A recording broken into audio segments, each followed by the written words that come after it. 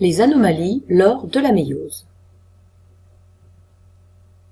On sait que l'alternance entre la méiose et la fécondation permet de conserver le karyotype de l'espèce, de conserver le même nombre de chromosomes avec les mêmes types de chromosomes.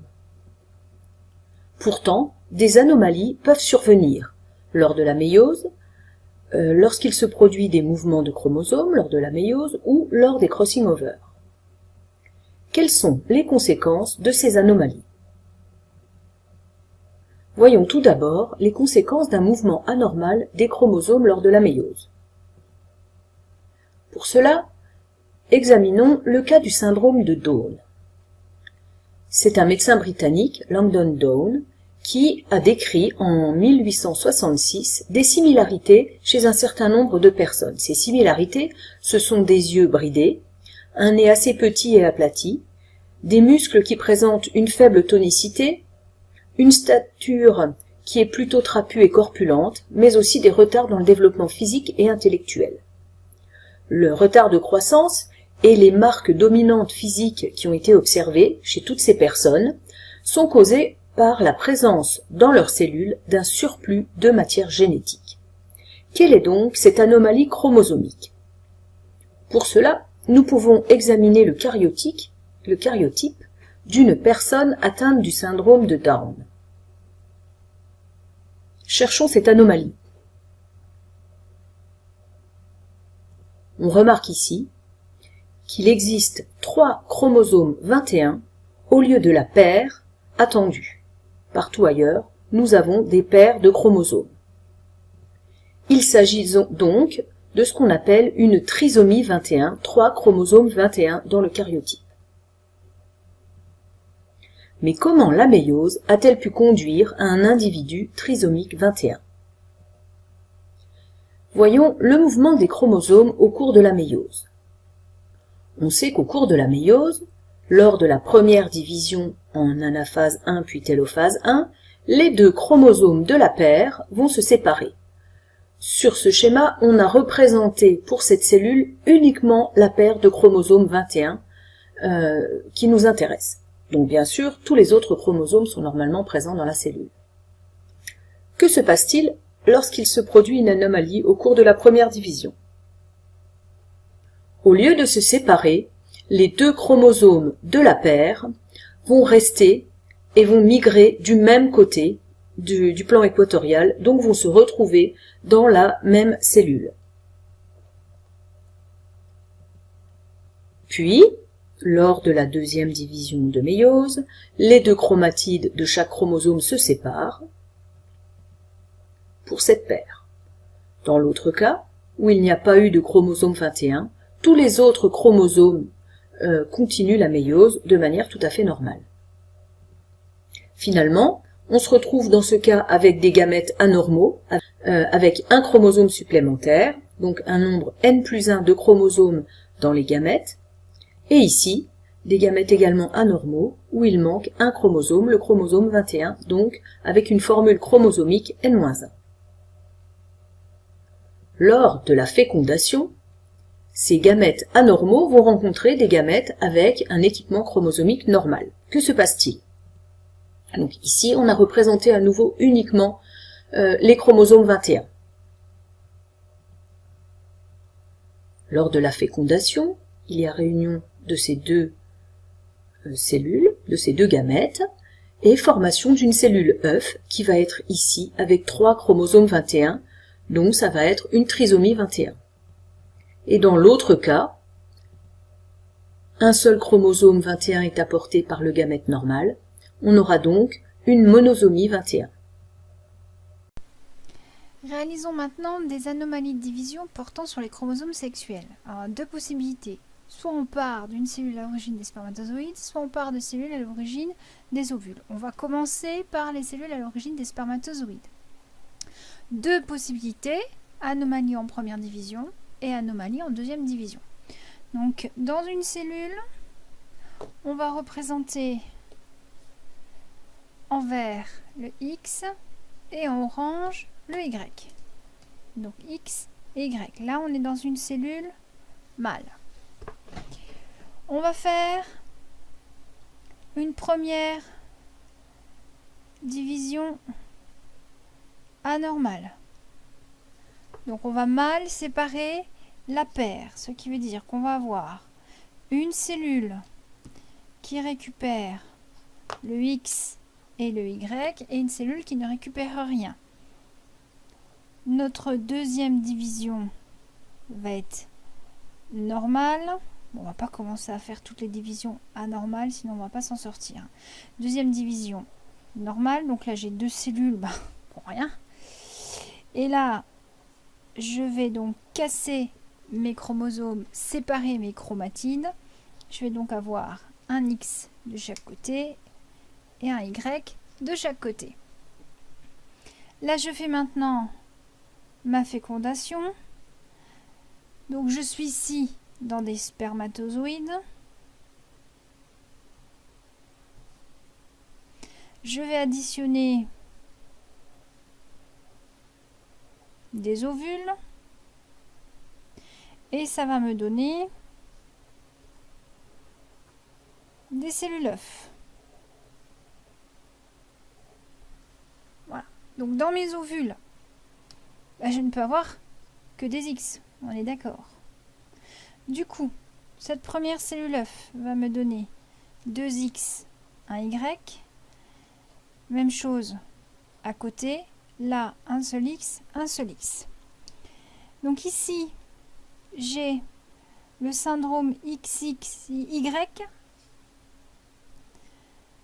C'est Klinefelter.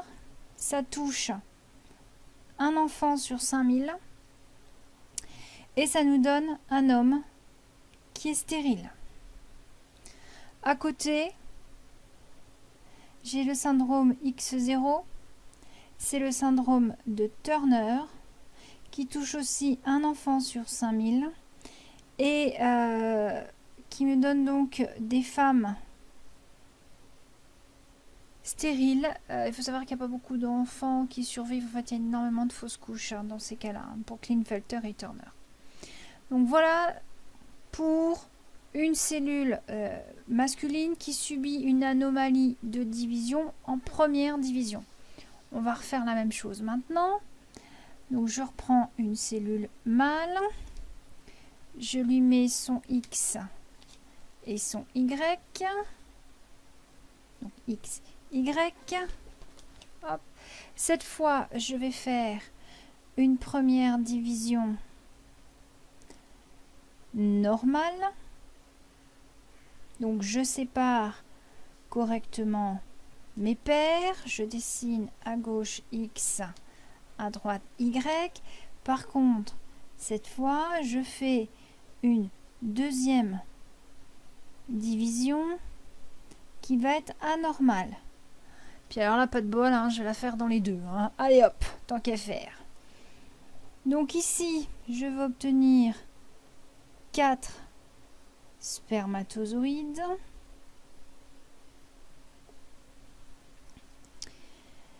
En deuxième division, je suis censée casser les chromatides et en mettre une de chaque côté, sauf que là, elle ne se sépare pas. Je vais donc avoir une cellule avec 2 chromatides, une avec rien pour le X, et une cellule avec les 2 chromatides de Y et une avec rien pour les X. J'amène mes ovules, je fais donc une fécondation. Donc voici mes ovules. Donc une fois de plus, mes ovules n'apportent que des X. J'obtiens donc des cellules œufs.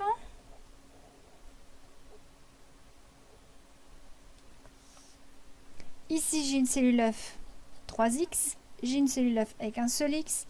Une cellule œuf avec 2 Y, un X et une cellule œuf avec un X. Donc là, je suis dans le cas du triple X. On a des femmes normales, plus grandes par contre. Elles sont un peu plus grandes que la moyenne de leur groupe. Là, on est dans un Turner, donc X0, femme stérile. Encore un Turner ici, X0. Et là, je suis dans le cas d'un X, Y, Y. C'est un homme, mais qui est quasiment normal, qui passe inaperçu. Voilà, ça se voit pas. Donc dans le cas où je pars de cellules masculines, c'est-à-dire que je fabrique des spermatozoïdes, si j'ai une première division qui est anormale, j'obtiens soit du Turner, soit du Klinefelter. Si j'ai une première division qui est normale, mais une deuxième division anormale, je peux obtenir du triple X, ça va être une femme normale plus grande que la moyenne, du Turner, ou un WY, XWY, ça va être un homme normal qui passera inaperçu. Cette fois, je m'intéresse toujours aux chromosomes sexuels, mais je démarre d'une cellule à l'origine des ovules. Donc je vais partir de cellules féminines. À gauche, première division anormale, et à droite, deuxième division anormale. Donc dans une cellule féminine, cette fois, j'ai 2 chromosomes X. Je fais ma première division et je la fais anormale. Je vais donc mal séparer mes chromosomes. Je vais avoir 2 chromosomes X d'un côté, rien de l'autre, ensemble vide. Je fais une deuxième division. Cette fois, je vais la considérer normale. Donc là, j'obtiens des ovules qui sont vides. Enfin, qui sont vides. Ils ont tous les autres chromosomes, mais ils n'ont pas de chromosomes sexuels.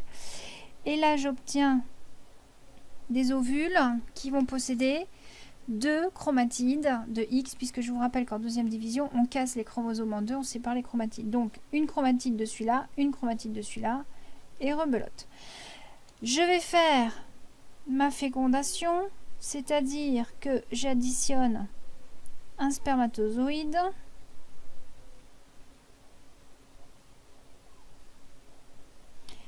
je vous rappelle que les spermatozoïdes peuvent apporter soit X, soit Y. Donc on va faire pour chaque cas. Ici, il y en a un qui apporte X et un qui apporte Y. Pareil ici, un X, un Y. Donc au niveau de mes cellules œufs, qu'est-ce que j'ai? Une, 2, 3X, 2X, un Y, un X, un Y. Alors là, j'ai le syndrome de triple X. Triple X, c'est une femme normale, mais plus grande. Là, j'ai X, X, Y, c'est Klinefelter. Là, j'ai X0, c'est Turner. Et là, j'ai Y0 qui est non viable. Je vous rappelle vos cours de première S. C'est le chromosome X qui possède toutes les informations pour la mise en place de l'appareil reproducteur. Ensuite, s'il y a 2 X, on reste dans un appareil reproducteur de type féminin qui va fonctionner.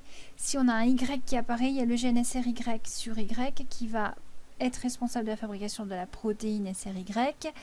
Le testing determining factor, TDF aussi on l'appelle, qui va permettre la transformation des cellules gonadiques indifférenciées en cellules gonadiques différenciées de testicules. Et donc du coup on va avoir mise en route de testostérone et d'AMH et transformation de l'appareil reproducteur en appareil masculin.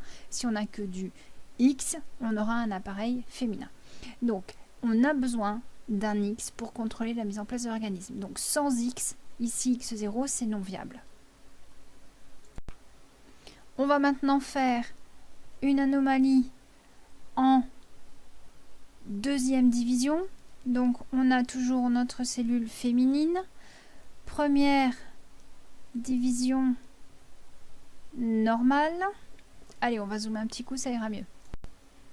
Donc notre première division est normale, ce qui veut dire qu'on va obtenir 2 cellules qui possèdent chacune un chromosome X, puisqu'en première division on sépare les paires. Par contre, cette fois, on va faire une deuxième division anormale. Donc là, on va mal séparer les chromatides. Donc on va obtenir ici des ovules, qu'est-ce qui va se passer? Voilà, les deux chromatides vont aller ensemble, là il n'y aura rien. Rebelote de ce côté-là, là il n'y aura rien. On va réaliser une fécondation avec des spermatozoïdes. Les spermatozoïdes apportent soit X, soit Y. Donc je peux faire ici l'autre possibilité, YX. Donc je vous rappelle X et Y. Donc au niveau de mes cellules œufs,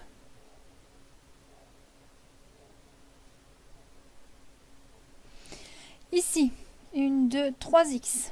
Là, un Y, 2X, un Y, un X. Donc là, j'ai triple X. C'est une femme normale, plus grande. Là, j'ai Y0 qui est non viable. Là, j'ai XXY, c'est Klinefelter. Et là, j'ai X0, c'est Turner. La transmission d'un caractère héréditaire lié au chromosome sexuel chez la drosophile. Le schéma ci-contre présente les principales différences entre le mâle et la femelle de la drosophile. Chez le mâle, les deux chromosomes sexuels sont différents, donc nous disons qu'il est hétérozygote et il est symbolisé par XY. Sa formule chromosomique s'écrit 2n égale 8, ou 2n égale 6 a plus XY. Chez la femelle, les deux chromosomes sexuels sont similaires, on dit qu'elle est homozygote et elle est symbolisée par XX.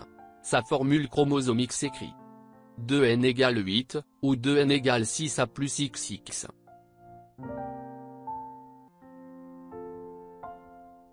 On croise des mâles mutants aux yeux blancs, avec des femelles aux yeux rouges.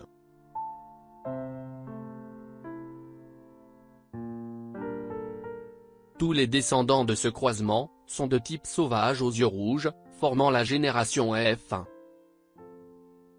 Les résultats du premier croisement sont conformes à la première loi de Mendel. Les individus de la génération F1 ont tous le même phénotype, qui est celui de l'un des deux parents, c'est le parent à yeux rouges. Ceci indique que le caractère rouge est dominant, alors que le caractère blanc est récessif. Croisement 2. On croise des femelles mutantes aux yeux blancs, avec des mâles sauvages aux yeux rouges.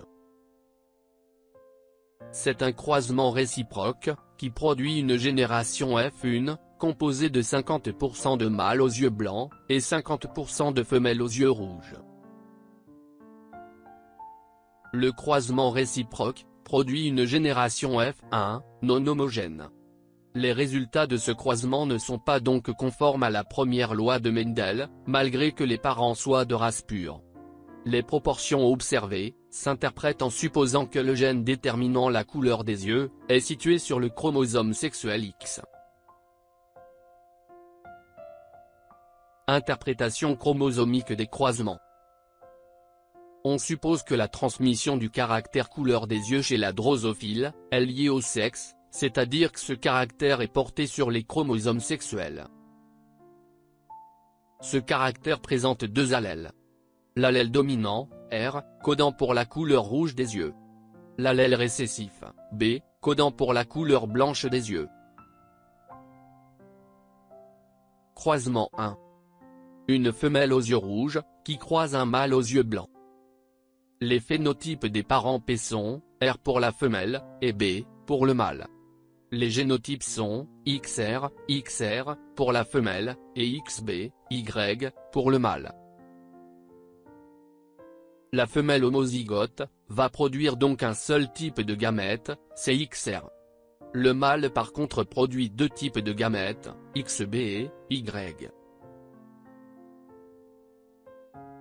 La fécondation aboutit à la formation d'une génération F1, composée de 50% d'individus à génotype XR, XB, plus 50% d'individus à génotype XR, Y.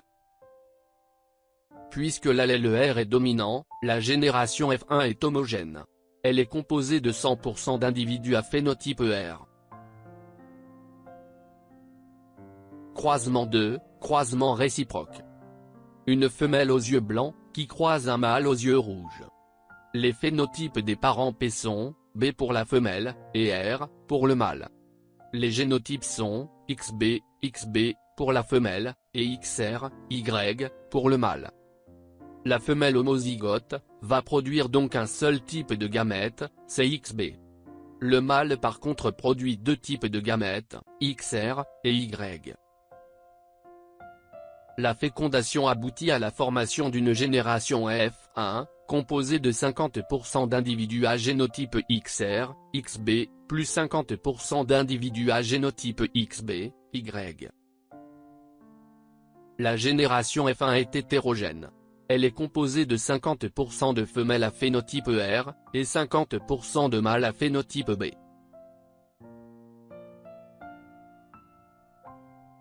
Les résultats théoriques sont conformes aux résultats expérimentaux. On valide donc l'hypothèse que la couleur des yeux chez la drosophile est déterminée par un gène porté par les chromosomes sexuels.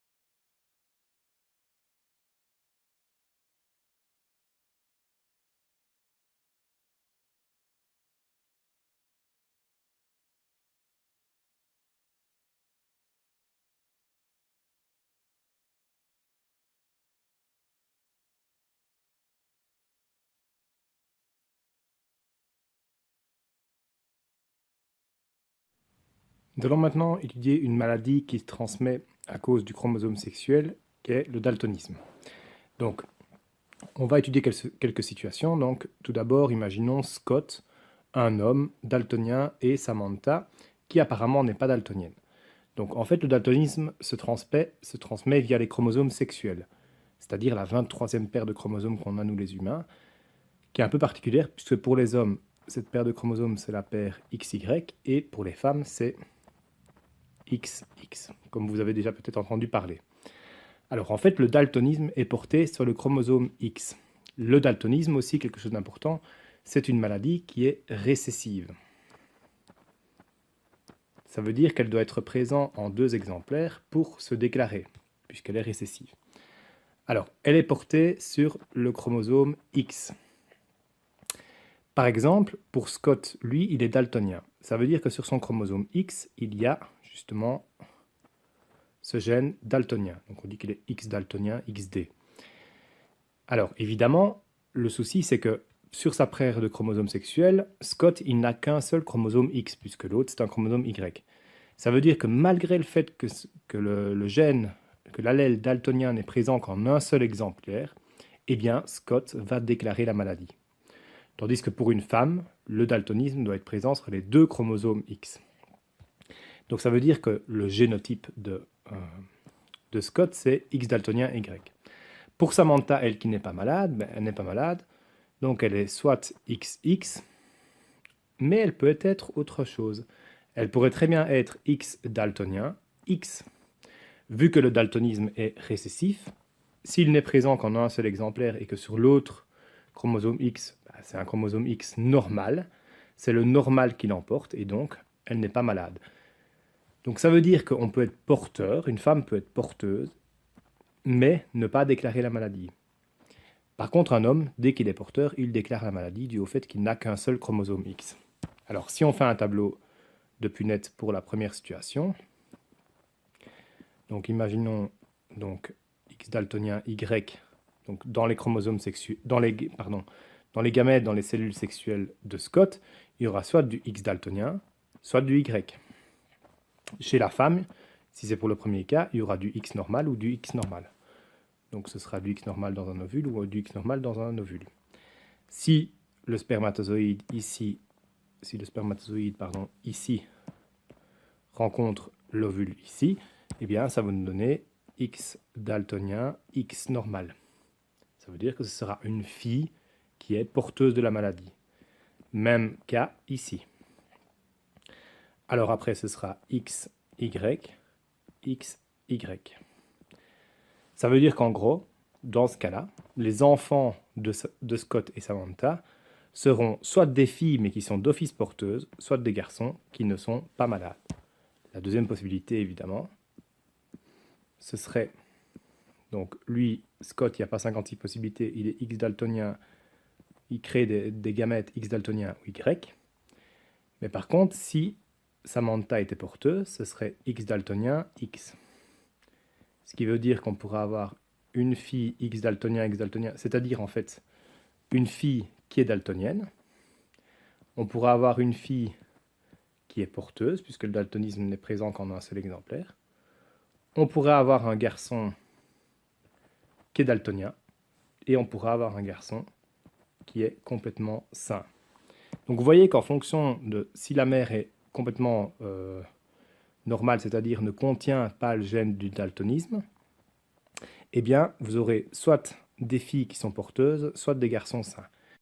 Dans le cas maintenant où la mère est porteuse, eh bien vous aurez soit une fille qui pourrait être daltonien, une fille qui est porteuse, un garçon daltonien ou un garçon totalement sain. Donc ça dépend un petit peu de la situation. Un deuxième exemple maintenant, imaginons Paul et Cécile. Paul est un homme totalement sain, donc ça veut dire qu'il est d'office XY.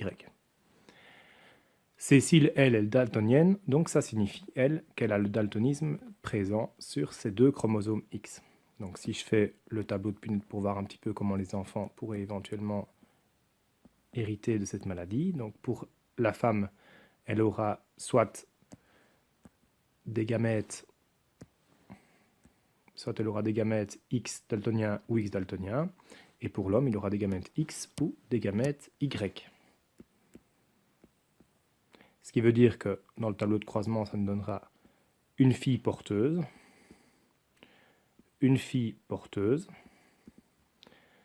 un garçon daltonien ou un garçon daltonien. Ce qui veut dire que dans le cas où la mère est daltonienne, si elle a un garçon, d'office, ce garçon sera daltonien.